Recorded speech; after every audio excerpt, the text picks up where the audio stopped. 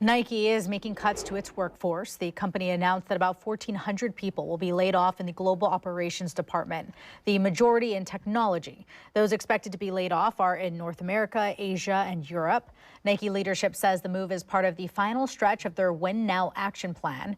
In an email to Fox 12, Nike says these decisions are intended to ensure Nike emerges stronger, more focused, and on a clear path back towards sustainable, long-term, profitable growth. According to Nike, the company's net income for fiscal 2025 was $3.2 billion. That's down about 44% from 2024.